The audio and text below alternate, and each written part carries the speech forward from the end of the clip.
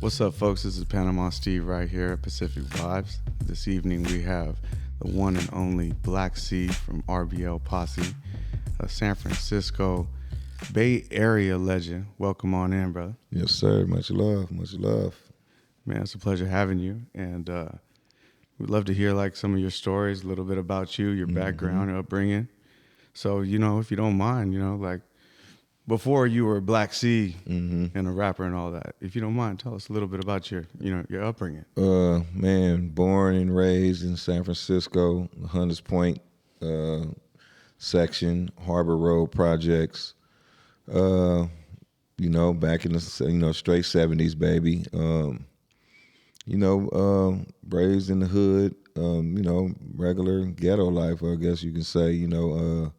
Running around, building clubhouses and going to the gym, playing football, flag football, and things of that nature. Being part of the Hunters Point Boys Club.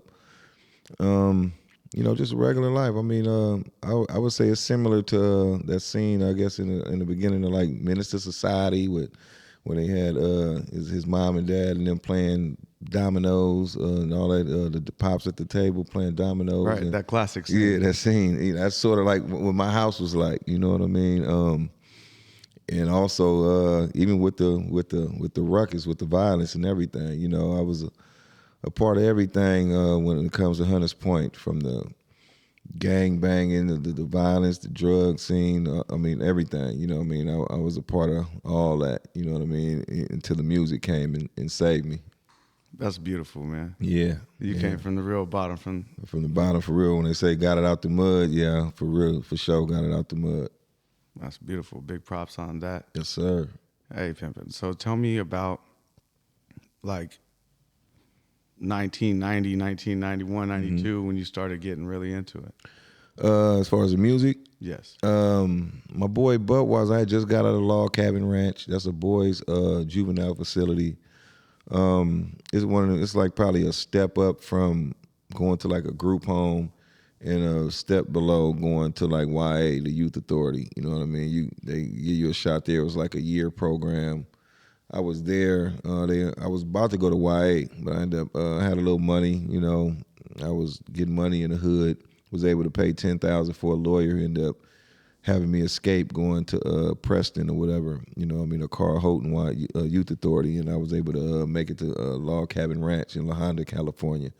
And went there, did a year program, got out.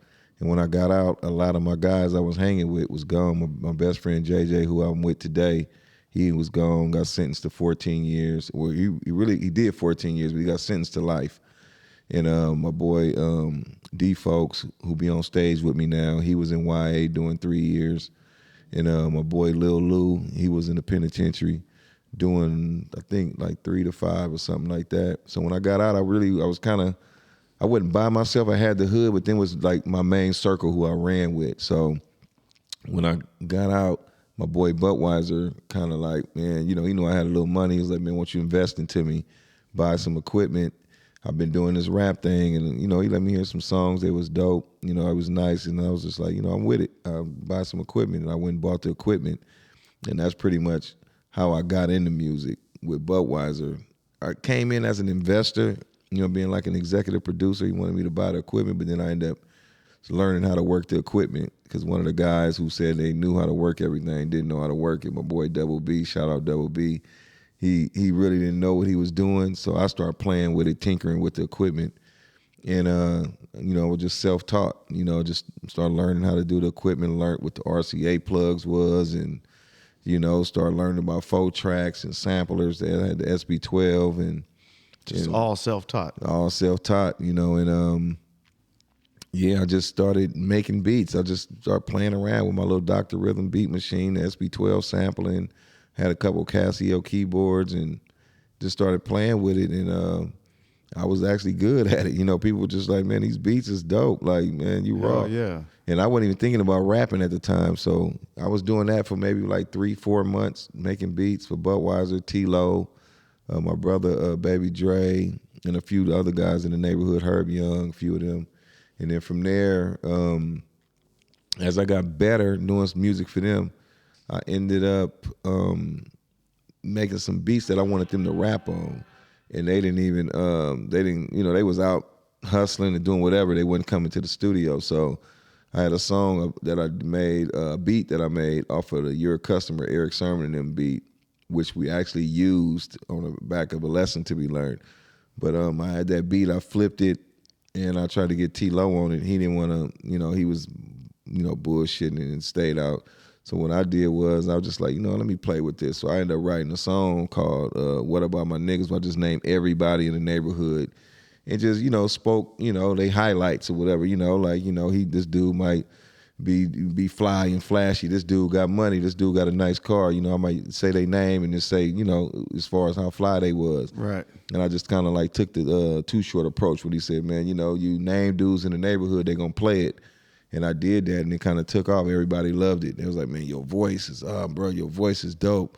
You know, you better than T-Lo and them. You sound better than them. All the songs they was making, this song is, you know, hotter than all them. So I did that. It took off, and I kind of got out of my little shell because I was kind of shy too when it came to like doing. I didn't want to rap and be in front of a lot of people. So you know, I was a little bit closed off. So after that, I ended up. What happened was it did good in my neighborhood in Hunters Point, but a lot of people around there were just like, damn, you know, they like, man, you didn't name us, you know, you should have named everybody. You only named people from your neighborhood. Right. So I did end up doing another song called Rolling Through the Turfs of HP, basically of Hunters Point. So I went to eat, like I just imagine myself in the car driving through each turf. So I named like maybe 4 or 5 popular dudes from each neighborhood and kind of used the same concept. And from there, it was off to the races. You know, everybody loved it. I ended up using that Fatback Hotbox beat. And, yeah, what is it? Gotta Get Some Lovin'. I think I was just looping that. Gotta get some lovin'. Right. Gotta get, yeah, and it blew up. You know what I mean? It blew up as far as locally in our neighborhood. And so what years are you talking about? The 91, this was like 92? 91 going into 92. Yeah, like probably early 92. Because, yeah, as soon as Mr. C kind of came, we went right in the studio. So I was working on my solo stuff. So I ended up writing a lesson to be learned. I ended up writing, after that I did a lesson to be learned. I did, first was Don't Give Me No Bammer Joint. Right, I just learned about Don't Give Me No recently. Bammer Joint. We don't smoke that shit in Hunters Point. That was one of the first ones. And then I did a lesson to be learned. And then I did like More Like an Orgy. And sort of like a Psycho. A lot of them had how I wrote. Like if you notice, a lot of them songs is like me by myself. Right. That's why I'm kind of rapping a little bit more than Mr. C on that album, because it was finna be my solo album. Then I kind of got cold feet, and T-Lo ended up bringing Mr. I was trying to go to the studio with T-Lo because he was like our Ice Cube in the neighborhood. So he didn't want to go in the studio with me and whatnot. So he was just like, man, I know somebody. This girl I'm dating, her brother, you know, he's spitting or whatnot. So he brought Mr. C up there. And, yeah, we ended up getting busy, you know. And that's pretty much how RBL started. That's crazy. You know, it's a small world because about 8 years ago or so when I first started my job, I worked all over the Bay Area.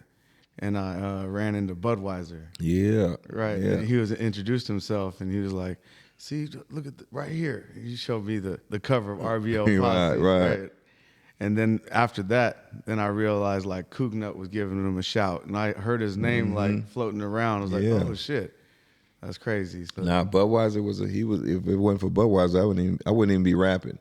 You know, I got to give him all the credit as far as getting me into the music. He was working at Pro Pipe in the construction game about, I don't know, 7, 8 years ago out in Fremont. We ran into each other out in the hills. That's dope. Yeah, it was hella cool. Yeah, that's my guy. No, I've been bumping your shit since it was cassette tapes.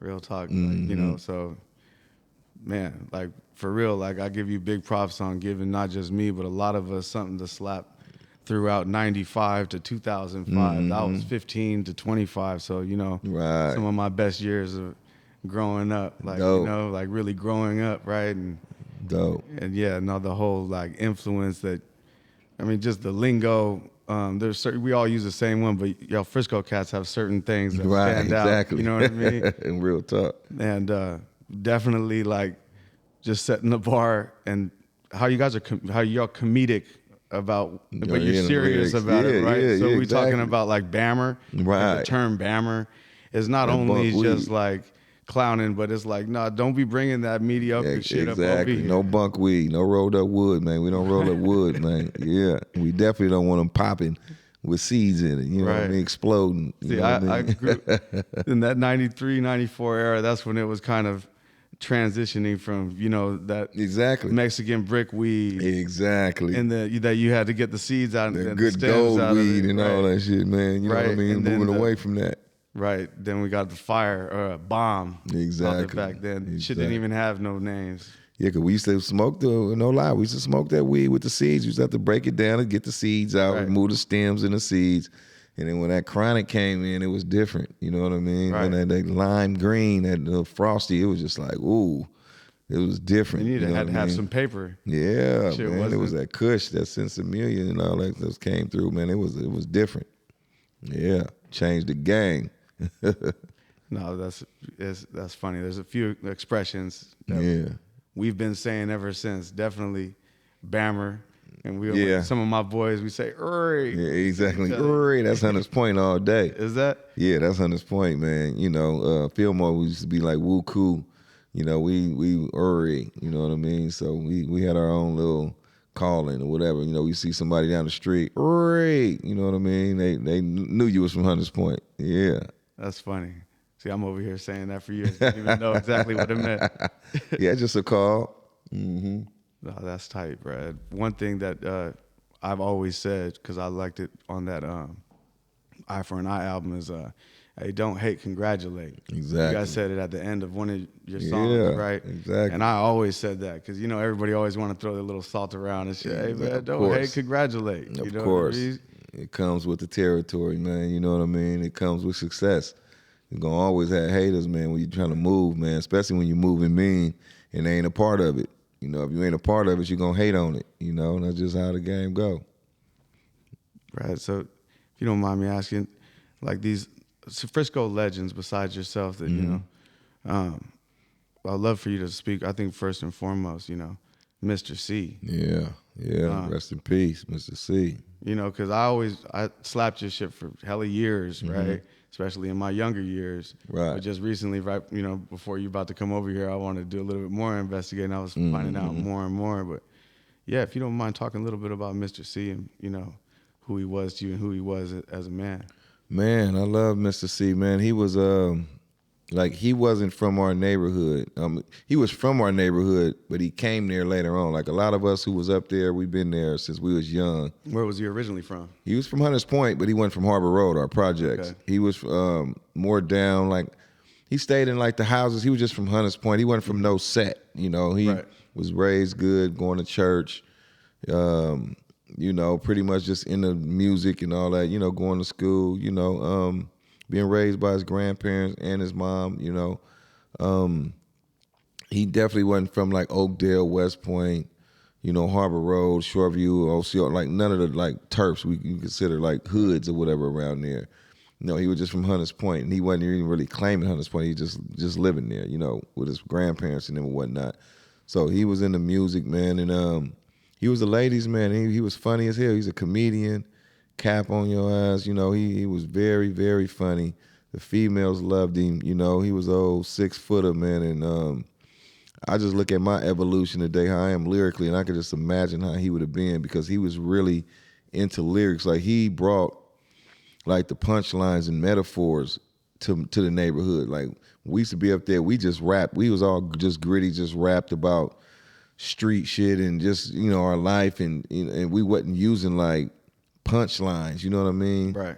And all that, like metaphors, that wasn't in our rap until Mr. C came. We started like, damn, like it's like deep. clothes washed in bleach. I can't be faded. Like he came with stuff like that. We like, damn, wait a minute. We scratching our head like, oh, that's different. Where I'm just straightforward. I'm just gonna say I'm on the block slanging my this and that, Right. doing this. I'm just straightforward. I'm using my voice. T-Lo, Budweiser, all of us was like that, But he was different, man. He was unique, and when he came, it was just something different because he was into jazz. Like he that's why I ended up using the Patrice Russian beat when I flipped that. He was just into more of the jazzy, slow, mid-tempo beats and all that. And he was the ladies' man. Like really, a lot of females. Like when we lost Mr. C, we lost a lot of female fans because that's what he brought. He brought them songs like "Remind Me." Right. You know, he brought them songs like "Dedication." You know, to on the second album, to "A Bitch or a Hoe" and all that. Like he brought them smooth, jazzy beats like "The Sound." You know, the Crusaders that I sample, like "Living That Life." Like them, the type of beats he wanted. You know, when I find him or something, or he'd be like, "Man, I want to rap on that." And it'd be something I'd be like, because I'm more mob funk. Right. He brought that extra little other edge exactly to what it. you're Yeah, talking so about. ours was more like a gangster party vibe. He brought the party to the gangster. You know what I mean? So it was more like that. It was more like the player and the gangster, because he was more like a player. And no, it was just tragic. It was just tragic to lose him, man. It was a tragedy, man. And the whole hill suffered just even losing him, even all that happening. You know, man, I just miss him like crazy, and I always wonder, like, damn, I look at my evolution and just wonder, like, damn, where he'll be right now lyrically. And I know we'll be out of there. We'd probably be up there with Outkast and them as one of them type of groups, and we would have never lost him because we had a sick deal, nice deal set up on the table with Craig Callaman over at Atlantic Records. And Craig was a true fan of ours. That's why we ended up going with him to sign with Atlantic. And ain't no telling where we'll be at, you know, but that was a big setback when we lost him, because the tables turned. The Eye for an Eye album was nice, but it wouldn't have been that if Mr. C was here. It would have been totally different, you know, because I would have produced most of it, because I was doing most of our production. But when we lost him, it was just like, I just kind of lost that hunger to even do beats, you know what I mean? So it was more like, we lost that RBL feel, and it was more like a Rick Rock album. You know what I mean? We had met Rick Rock, and the album went a whole different way. Because we didn't care about features or nothing either. We probably wouldn't even have no features, because I used to be like, man, you know, who we should get on the next album? Man, we can do this ourselves. Right. They like RBL for RBL. That's what I loved about Mr. C, too. He was straight RBL. He didn't want no features. Getting anybody, if it wasn't like Hitman or somebody with NOH or somebody within our camp, we don't need them. It's like, man, we can hold our own. We don't need to go get no E40s. We don't need to go. I heard he didn't want to get on that Master P. He didn't want to get on that either. If you was weak, he didn't want to do it. See, I didn't care. I was a businessman. If you flash in the bag, I'm going to go get it. I'm like, yeah, let's do it. He was like, you know, Master P, like, I don't like the way he rap. He ain't, like, he wasn't a fan of him. Yeah, even the D-Shot compilation, D-Shot wasn't even finna be on the song with us. He just didn't want to be associated with it, really, because he just didn't respect him as an artist. He was just like, I don't like D-Shot. I'm kind of cool. I don't really want to. So you could do it. I'm like, dude, I'm going to be RBL. I'm on the solo. Right.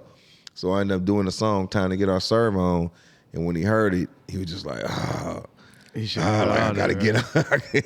So he ended up dropping one verse. That's why I got two verses and he got one verse on there. So it always been like that. Like, Mr. C is a true art. He's an artist, or like, he really, like, if he was alive today, he would have loved artists like Nas. He'll love J. Cole. He'll love Kendrick Lamar. Like, that's his cup of tea. Yeah, he'll love him. You know what I mean? That's his thing. Yeah. And what about like others? The RIP to. As far as like Hitman, Dope, he was another one. He was on a whole nother level. Lyricist.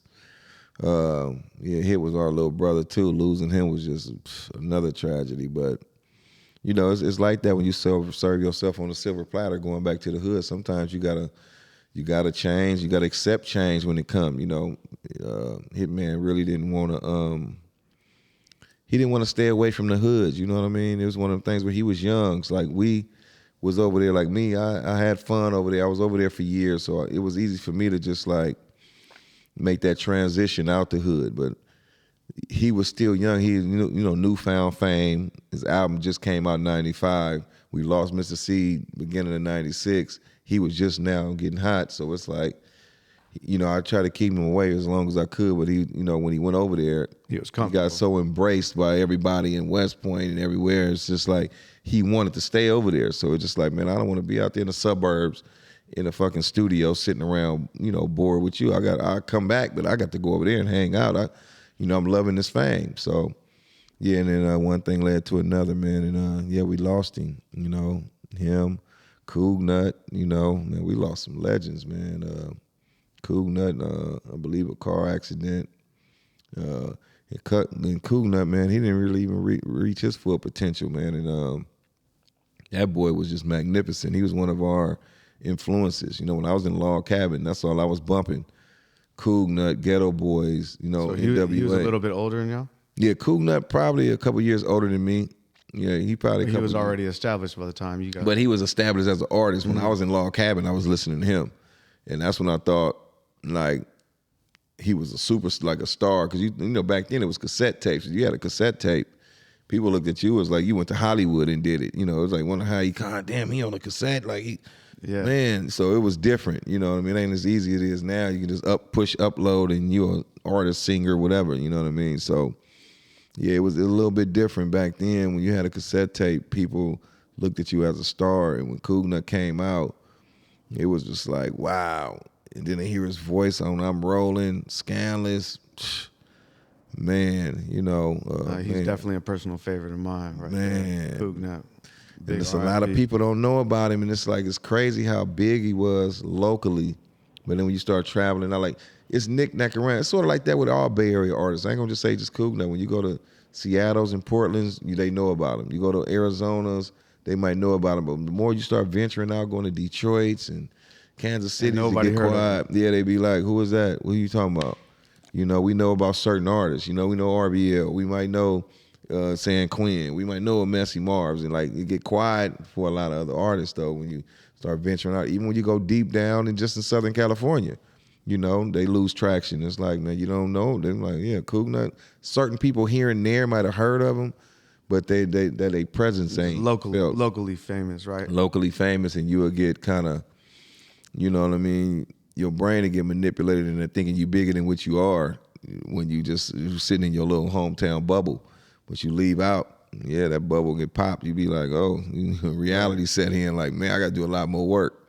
You know, but we was blessed to be able to travel like we did and tour and get RBL out there, you know what I mean, up and down the West Coast, Midwest, you know, a little bit down in the South, you know, where a lot of people know about us. So it's true that, speaking of tours, that you're the one that brought Dre Dog, Andre Nicotina out and toured with y'all or something? Well, I didn't bring him out. I just accepted him getting on a tour with us because it was our tour. Mm-hmm. And what happened was Intermittent Records, you know, we was on Intermittent. Dre Dog, aka Andre Nicotina, was on the same label.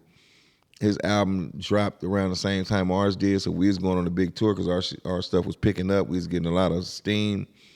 So Jason asked us, like, man, you know, how y'all feel about Dre Dog hopping in the van and, you know, coming with y'all on some stops and all that?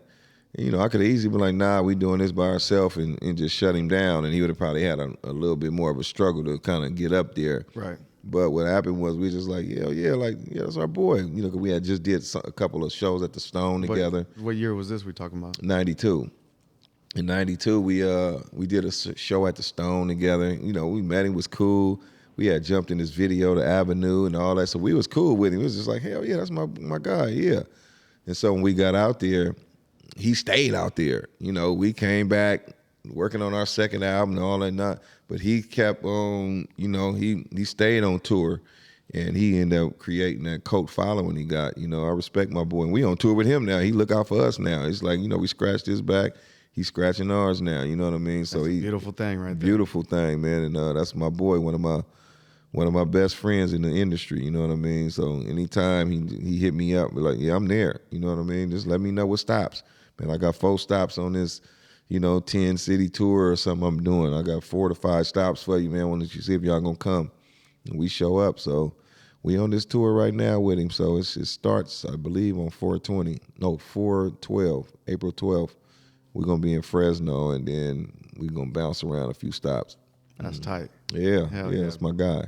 Hell yeah. Yeah, he actually did for his birthday party back in 98 or 99 or something like that at the Beehive over here and on South First Street. Okay, the Beehive's still around, or they call it something else? Yeah, Miami, Club Miami now. Okay. Spanish club. But hella folks showed up, and I saw Coog Nut, San Quinn, all kind of, Selsky, I believe. Everybody was out there for his birthday. Ah, that's dope. It was a sick-ass party. I'm surprised I missed that. You said 98? something like that, 99 around there. Okay. Yeah, no telling where we was at 98, 99. We was on our little hostile takeover thing. Yeah, we was all over the place. No, I'm a big fan of Nicotina. Yeah. Hell yeah. Yeah, man. So what year did you hook up with TC? 92. Yep, right before we recorded the album, go in, because I was just working out of my studio. And Budweiser went and found TC looking for because he was reading inside the tapes and finding studios and all that stuff. I wasn't really tripping on that, but he ended up finding out where Coognet record his music at. So he ended up going to Lakeview. I forgot the name of the studio. I think it was called Bankroll or something like that. Bankroll Studios or something. But he went over there and he was like, yeah, man, I met this dude, man, TC. I went over there. I found out where Coognet record at. It's this dude, Max Satius or Maximilian something. He owned the studio. I think he was the executive producer of IMP and them or whatnot. And he's like, yeah, man, I met this dude over there, man. I'm finna go over there and start recording. And I was like, yeah, bring me over there. I want to meet him and all. So when he brought me over there, TC was like, yeah, this is our last week in the studio in this building. They had a nice little, state-of-the-art studio over there in Lakeview, nice with big vocal booth. And, it was like some Hollywood stuff. And then he was like, I'm about to move it to my garage. To be honest, we about to shut this down. I guess the dude was finna go do something. I can't remember if he was gonna do some time or he just was pulling out of the music. Something was going on to where he was letting TC take some of the equipment and TC was gonna keep it going, but he was working from his garage. So he said, man, just give me like a week or two, man. And he said, I'm actually in Hunters Point. I was like, oh, is that right? He was like, yeah, I'm on, I think it was Revere or Shafter, one of them. He was like, yeah, I'm over there, so y'all can just come down. I was like, oh, shit, you right in our backyard. Right. So, yep, about a week or so went by. We came down there to see him, and we started recording our album. They was in there working. He was finishing up Totally Insane album. He was working with Black Dynasty. Oh, so that's how y'all hooked. I was always curious. I was going to ask you that. That's how you guys hooked up with. Yeah. We was down there, and we was listening to it because I had a lot of tracks that I was finna pull up and work on. And he was just like, he liked the stuff I have. TC was like, damn, you got some shit. Like you doing your thing. And he ended up like, yeah, this is the group I'm working with right here. Totally Insane. They had an EPA. And he ended up playing it. And I was just like, whoa.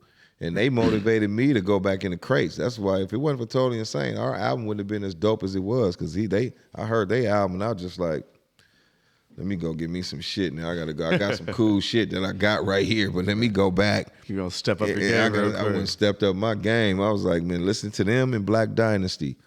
They made me step my game up. You know what I mean? I'm happy because I would have been slacking. That album wouldn't have been what it was if I wouldn't have heard Totally Insane and them. You talking about Ruthless by Law? Or I'm talking about the Lesson to Be Learned. Lesson to Be Learned. The first one. The first one. That wouldn't have been that. They was a big influence on me. Like just as far as just like motivation on, me digging in them crates and combining samples.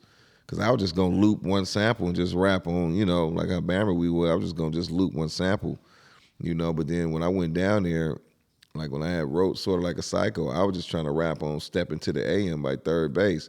I didn't think about putting Ohio Players and the Humpty Dance and the Salt and Pepper and all that, like until I heard Totally Insane album. I was seeing how TC was blending them samples. I was like, that's what I wanted to do. I wanted to do some NWA type stuff like how Dr. Dre would do. I'm like, man, I gotta go back to the drawing board. So I went back in and went to work. And he came in, he was like, bruh, you. So you was working around some other real masters in the game. Yeah, you had to step your shit up. TC made it happen, man. If it wasn't for TC, even my production skills wouldn't have been as dope as they was. Like TC is a big part of that, just helping me just get, real creative and, just as far as the quality of mixing and all that stuff. Like he was real good with that. He was dope. TC was like our Dr. Dre in Hunters Point. Man, I would love for you to like explain a little bit about how you said the original song was "Don't Give Me No Bammer Joint," because I like that story I just heard that you told the other day. I mean, that's basically what it was. Me, T-Rob, my boy Tita Lee, my boy Sean Mo was in there with us too when we kind of came with the concept. It was just like we just joking. It was just like we just having fun on the beat. It just because it sang as soon as I heard it with the saxophone. I was just like, damn, this just feel like a weed song. You know what I mean? So we just in there joking. And I just ended up coming away, don't give me no Bammer joint. We don't smoke that shit in Hunters Point. We just chanting it over and over, joking and clowning. Right. And wrote some verses. I ended up sampling the hook in, recording the hook in, and then after that we ended up, all three of us got on it. But before we ended up going to, when Mr. C came and I ended up putting him on it. I was just like, before we went in the studio, because he got on the original Don't Give Me No Bammer joint. But what I ended up doing was, before I went to the TC to really record it, I was just like, man, let's switch this up to, Don't Give Me No Bammer weed. We don't smoke it in the SFC, because I wanted to get the whole city involved. Because if I would have just kept it at Hunters Point, You would have stayed right there. It would have stayed right there. Even though people probably would have liked it, would have still bumped it, you know what I mean? But it wouldn't have been the same. It wouldn't have been like a real rally behind it for the whole city. The whole city. You know what I'm saying? So that's why I ended up switching it up, and I'm glad I did. I'm super happy I got smart when I got in there. Just like, you know what, I'm finna switch this up. And everybody was like, what? Nah, Bammer joint. They was liking it because it just sounded grimy. It was just, we don't smoke that shit in Hunters Point. It was just like a Hunters Point thing, an anthem. It was a pride thing too, right? Yeah, exactly. Right. You know what I mean? But I was just like, nah, don't give me no Bammer weed. We don't smoke that shit in the SFC. They were just like, all right. And that was the one. But I knew it was going to be him, and that's what it took off. Because it took off in the hood, so I knew I had a hit with Bammer joint. I already knew I had a hit. And then when I got the TCs, I was able to sample more of the actual loop that I had, because I only had the saxophone part in my studio, because I only had like maybe 2.4 seconds. Had to speed the album up to get like damn near a full 8 bars up in there or something like that. So I wasn't able to chop up the sample like I wanted to get like the little flute part, the saxophone part, and all that. So when I got the TCs, he had unlimited sampling time. He had like 30-some seconds, I think, in his E-Max or something. So you're like a kid in the candy store. Man, You can do it all up in kid there. in the candy store. I just went sample crazy in that thing. Yeah. But the rest was history after that. What about like Herm? Like, I grew up with all y'all, so definitely his compilations and everything that he's doing ever since then with this positivity. I still follow him. I think he's awesome. Yeah, that's big bro, man. That's the big homie. He was just fresh out the penitentiary when I asked him to talk on the front. Herm wasn't even in the music. He just used to be sitting on our block in the neighborhood. He'd be sitting in the projects, probably sitting in his rag top or something, and he'd just be reading books and shit, like Huey P. Newton books, and he'd just be reading. And I just had an idea. I was just like, man, Herm, I want you to speak on the front of our album. He was like, for real, like, what you want me to do? Like, I was just like, man, just, I kind of like don't want people to be influenced by the album. Like, I kind of want to give like some type of little positive message before the album starts, because we finna be in there talking about dope and guns and, just, taking them on a little journey as far as, what we do in the hood, neighborhood, or whatnot. Y'all definitely took everybody on it. I mean, at least me and my folks on a good journey, because there's a little bit of everything. A little bit of everything. Some comedic fantasy. That's what I'm saying. Sort of like a Psycho. We, shooting up, killing up the town, and just being, we was funny. It was gangster, but it was funny at the same time. So, like you said, it just had that edge to it. But at the same time, it was entertainment to us. Even though I was really from that shit, Mr. C really wasn't, and it was just, he later on he was part of the fabric of Harbor Road. He was embedded. He was out there, but when he came, he wasn't, that wasn't his background. It was more mine, But it was one of them things where I just asked Herm to get on there and just do a message, and I always liked it, that Aretha Franklin song, that Sparkle, that was on the Sparkle album. I was just like, man, I always wanted to loop it, but it used to be off where you couldn't rap on it, because it was kind of like a little offbeat. But I said, it didn't work for you. It didn't work for me to rap on the TC. Couldn't chop it up to where I could rap. So I just like, man, it'd be good to just make this like a intro song and just let Herm talk on it. You know what I mean? So, and that's what happened. I'm glad it did. Call. You made a lot of good calls, man. Man. And big props on that. And yes, your marketing strategy and, what I mean? Like your work ethic, it shows, like you really... Appreciate that. You really did that. I mean, was that all you back then? Yeah. That was all all me. you. Yeah, that's crazy because Yeah, all you're through these ahead of the years. game. Yeah, Hitman album. I mean, I'm good at choreographing the whole album, man. Like, song placement, album cover artwork. I mean, just everything from producing to the whole packaging of everything. Now, that's always been into that, so that's been my thing all the time. Just packaging up a project and putting it together, just giving them that eye candy that's just gonna really get the consumer. So I was always into that. Speaking of which, that video for "We Coming." So did Yeah, you? how we coming? That was all. That was all you. Well, as far as the video, that was um Was that your vision? nah, that was actually the guy, the video guy. He actually shot our first Bammer Weed video. Oh my God, I can't. Mike, not Mike Cameron. Oh my God, I can't believe I can't. I'm brain farting on him. He gonna want to kill me if he ever see this. But he was the one that shot our Bammer Weed video, and he blew up. He started working with Master P and all of them. He started shooting like movies and doing everything. And once we signed the deal, we ended up going back to him, and he looked out for us, gave us a fucking damn near a fucking $500,000 budget for a little bit of nothing. He was just like, man, I'm gonna look out for y'all. Usually I would charge. He said, what y'all dealt with me when I didn't had nothing. Y'all took a chance on me. He was working for Shooting Star Pictures. It was fucking Michael Myers. That's his name. Yeah, Mike Myers, man. Mike Myers. He got big time, and he ended up coming back, looking out for us, cut some of the price down, and put that together for us. He wrote the whole, as far as script to the video and everything. All I did was show up. Man, I remember when that shit came out. Mm-hmm. That was like the CMC days where you were able to. It wasn't as just convenient. Not even close to a decade ago. Exactly. You can go on YouTube. No, you got to catch it at this time. And it was fire. I remember that shit was fire, man. That shit was next level. It was like a movie. Yeah. Escaping from Alcatraz. Hell yeah.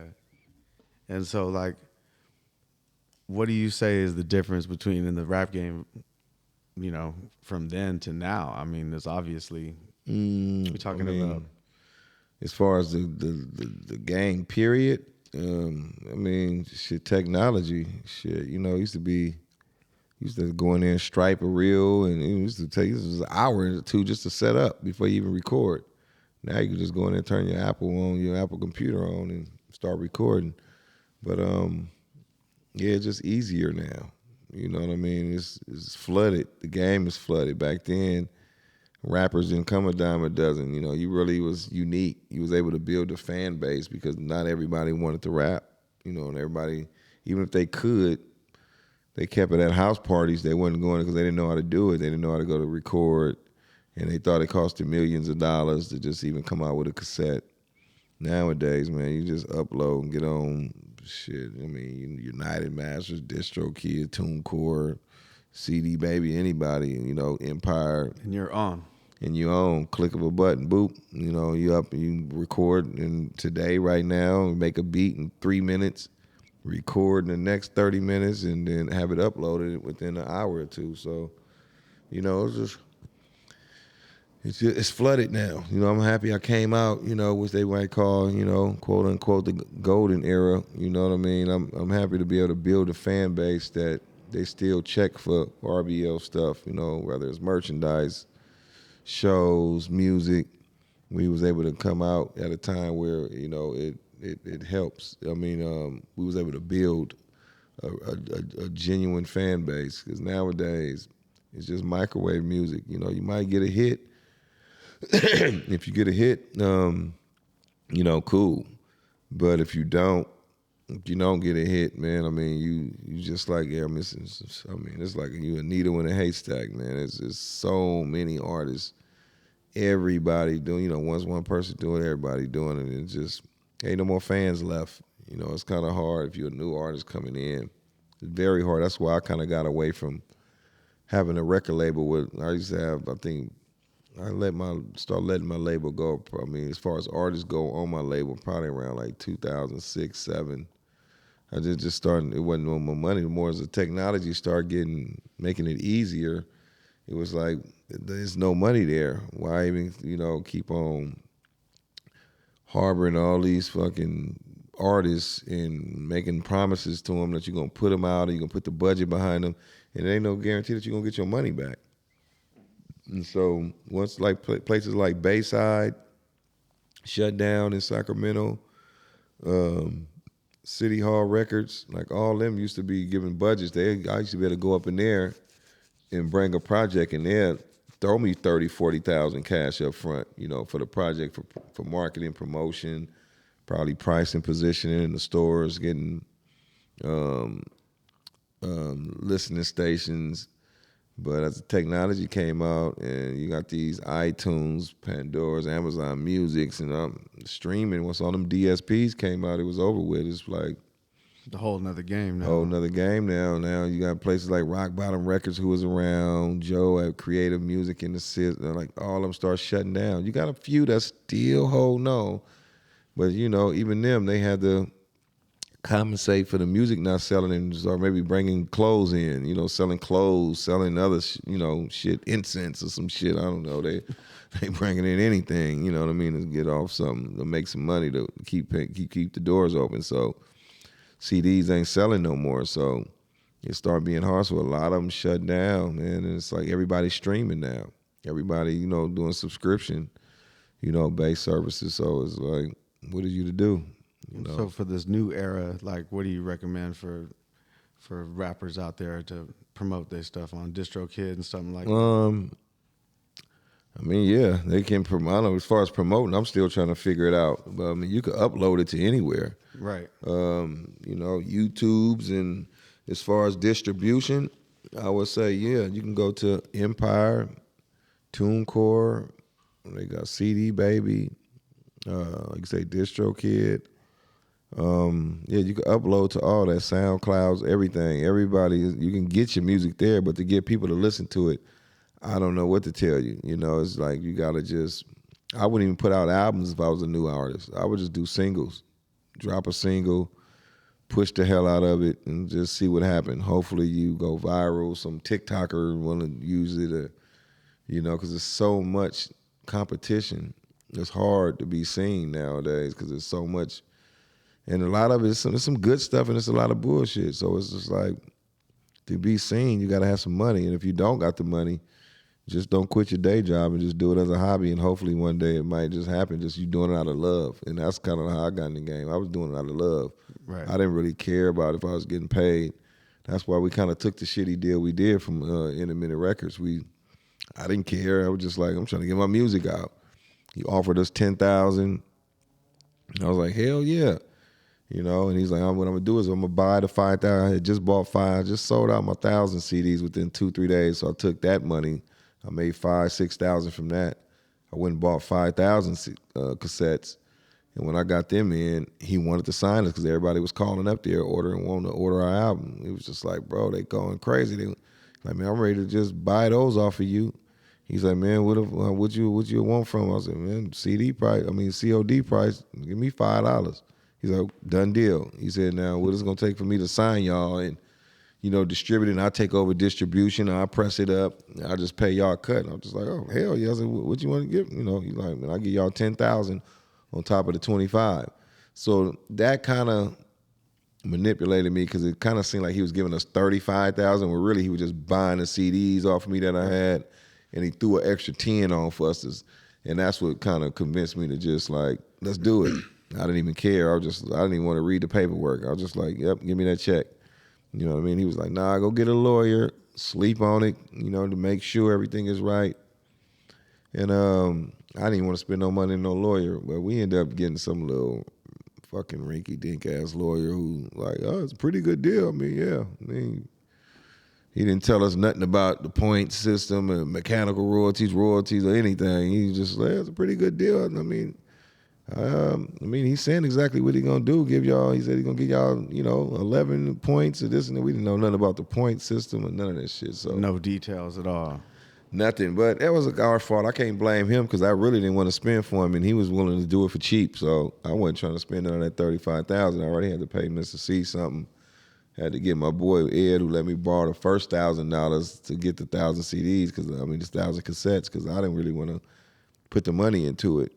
I was just like, man, I'm just trying to get it out there. I was like, yeah. And he was like, man, I put up the money. I was like, cool. I can save my money. And I brought him on board, but I still looked out for him. I ended up, his $1,000, I ended up letting him make $5,000 off of it. So he got a nice little return on it, on his 1,000. So yeah, man, and yep, me and Mr. C gave him 10. I kept 20, and shit, we ended up signing with him, and it was off to the races from there. But yeah, for artists nowadays, man, it's just it's hard. Ain't handing out money no more. Labels is getting tight because it's just really like ain't no money in it no more. I was just hearing that they were just saying Universal, Warner Electric, Atlanta. I think that whole little conglomerate is laying off hella people. So they said they only spending money on people who's actually cash cows for the label. Like if you're a big artist like a Chris Brown or somebody like that who already established, the budget is still open because they bringing money in. But they said if you're an artist that got to be developed, it's a wrap for you. Ain't nothing for you. Nothing for you because they laying people off. They said they just laid off hella people. I was just like, fuck, yeah, this game is changing, Yeah, don't quit your day job trying to do this music thinking that you finna blow up and be the next Lil Baby or Drake. That ain't happening. Right. You know what I mean? Straight hobby up until that starts to pay like it's Hobby supposed up. to, right? Yeah, just do it out of love. Don't Right. quit your side hustle. Don't quit your day job. Do that. That way you can have fun doing music. When you do that, you make good music. And I noticed once I started having fun with it, I didn't count on it for a paycheck. It got fun again. Because I was going through a time where I lost Mr. C, and it was like I just bought my house. I moved out the hood. I didn't have a hood no more. I fell out with a lot of dudes, old friends, so I didn't really be able to go to the block and just have a sack and be out there making hustle money. So it was like I had to count on the music to sell. I was counting on Atlantic to open up that budget for me, when I signed to them. So it got ugly. It was, it got real ugly. So yeah, when you don't make, you ain't thinking right. They was giving me budgets. They was giving me like $10,000 to go start it. Like, nah, we ain't open up the budget until you come with a single. And I wasn't used to just doing one song and trying to turn it in. Like, yeah, this is it, this is the hit. I'm used to making a couple songs, like man, working on an album and then pulling something from it. So it was a different little formula for me. So yeah, I ended up falling out with them behind that. I sent in a couple songs, they shot them down. I was just like, man, look, they gave me $6,000. I sent in a song, they didn't work. I sent in another one, didn't work. And I was just like, man, look, y'all got to give me some more money if y'all really want me to go in there and do something else. They gave me another $10,000, and I went in there and put together a song. I said maybe they won't sing it on the hook. I tried to get a singer and do like the little R&B feel type, and they're just like, nah, that ain't it. And we ended up falling out. It was like they tried to shelf me. But being from the Bay, we ain't going for the shelfing. We go to our independent hustle. That's one thing about the Bay Area. We gonna get it out the trunk. We gonna go in our studio, put out our shit. Sue me if you want to. We don't care. We got people like music people. We got Bayside. We got fucking City Hall, who we got relationships with. They're gonna put our albums out regardless of what y'all say. You can send a cease and desist to do whatever. They gonna fuck with us regardless because we done been around them. And that's kind of what happened, man. My mandatory album, they did have to pay me for it. I never really got the money or nothing from them, but they ended up trying to shelf me, and I ended up moving on and then just getting the right way going. Man, big props on moving up and like going through all that crazy shit because you went through a lot. Yeah. Like you were talking about at the beginning, you had a lot of homies, a lot of knuckleheads around you. Yeah. And then your shit, you're losing your two partners. Yeah. So there's a lot of excuses for you not to strive. Like, right. You know what I mean? Right. You kept kicking and pushing and doing your thing. Your work ethic it speaks for itself. Mm-hmm. That's a big salute to you for that one. You know what I mean? Real talk. Appreciate it. Mm-hmm. Nah, man. Tell us about your book that you just wrote. Yeah, it's basically everything we talked about in it. From me meeting Mr. C, it's called Black C, A Part of Survival. From the block to the booth, and it's basically talking about everything from the block to the booth. Before, the rap, we were just me on the block, from me losing my eye, being a part of the gang wars, getting shot in the drive-by, having to get a prosthetic eye to, meeting Mr. C, you know, going to juvenile, getting out, you know, just all the stuff, the raids and stuff on my house, you know, meeting Mr. C, losing Mr. C, meeting Hitman, losing Hitman, falling out with the labels from Intermittent Records to Atlantic Records, and a lot of stuff in between that new information in there that I don't really talk about in interviews, but yeah, the book is very intriguing. People love it, man. It's been doing good. I can't wait to read it. Yeah, we done sold over 1,000 already, man, and I just love the fans. I didn't think I had pressed up maybe like 200 on my first run, and then we ended up going fast, and I just been doing twos, and I said, fuck it, I need to do 500, and then all of a sudden I'm selling through them, and then it's like, you know, I'm just, man, we order another 500, and it's just like, I done ran through them, so now I'm a little over 1,000. I ordered another 200 because it started slowing down, and plus I'm selling on Amazon, so it done did real good, man, better than I expected, man, and you know, I'm ready to work on another one called Turf Wars. It's based on the San Francisco, the Turf War era back in like from 88 to like 91 when I brought the truce between us and Fillmore and everything, you know.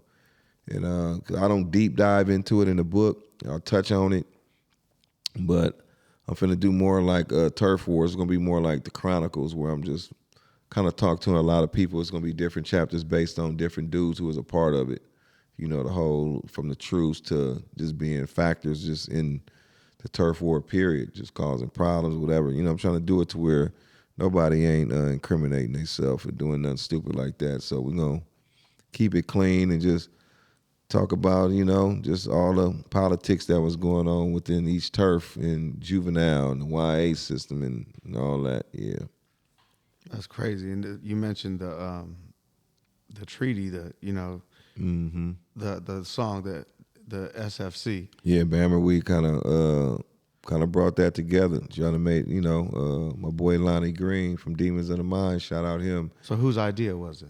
To do the truce? Yes. It was Lonnie Green. Well, not only that, with the song and is that what? Oh, no, I did the song well, he kind of was one of the ones that kind of put it in my plant the seed. I will give Lonnie that. He did say, like, bro, you need to bring the whole Frisco involved. And that's when I ended up doing it. I do got to give Lonnie his credit for that. He did plant that seed. Excuse me. The song I'm talking about is where everybody's on it. I think now you talking JT's about? Oh no, JT album. No, that was just Gigolo G, I believe, that did that. It was okay. Yeah, my boy Gigolo who produced it. Right. So he ended up. I think like 10 different dudes on that song, right? Not 10. It was just me. It's just RBL and GLP. That's it. It's just me, me and Mr. C, and it was Seth the Gaffler, JT the Bigger Figure, Demo, and San Quinn. Okay. So it was like 6 of us on there. What year was that at? That was 93.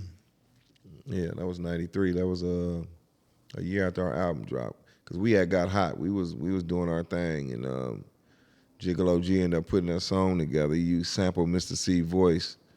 And I think JT ended up going over there. And I think he ended up getting a song from him. Or he ended up going over there to have him produce a song. And he gave him that one. Or Gigolo G already had it. And he had an idea to get us all on it, and then JT ended up taking it to put on his album. It was something like that. I ain't sure on how that developed, but JT know more than me. I think I heard him mention it before, but I can't really remember. But yeah, but anyway, we got on it, and that took off. That was a classic right there. Yeah, that was a classic. It's still a classic to this day. Anytime you perform, especially in the city, they go crazy for it. And my boy Goto just remixed it. Yeah, I saw that. Yeah, we was at a video shoot. So, yeah, it's called Frisco the Main Attraction, 415 the Main Attraction, something like that. He changed the name of it, but, yeah, it's dope, though. They all spit on there, too. Gold Toes, JT. Damn, I forgot my girl name, but my other boy, too, the one that be doing the food stuff, the food sensei, my boy Young Lot. And I forgot the girl named TYTS. I forgot, man. She want to kill me too. I can't believe I forgot her name, but she spit. She spit though, man. But yeah, they all came on that thing. It was dope. So you see you dropping an album in the next couple of weeks. Yeah, April 12th, man. A new album called Heavy in It.